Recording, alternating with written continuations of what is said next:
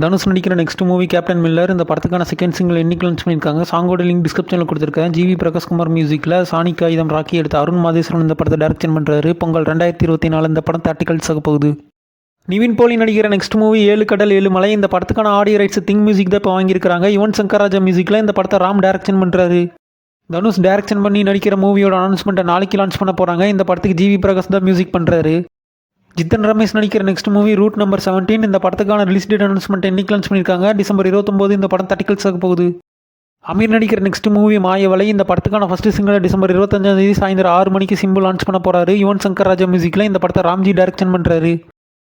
ஜெய்வி மணிகண்டன் நடிக்கிற next movie lover. இந்த படத்துக்கான டீசரை நாளைக்கு லான்ச் பண்ண போகிறாங்க. பிப்ரவரி 14 2024 இந்த படம் தேட்டிக்கல்ஸ் ஆக போகுது. சலார் டே ஒன்னோட கலெக்ஷன் 178.7 கோடி இப்போ கலெக்ட் பண்ணியிருக்கேன்னு அஃபிஷியலாக அனௌன்ஸ்மெண்ட் பண்ணிட்டாங்க.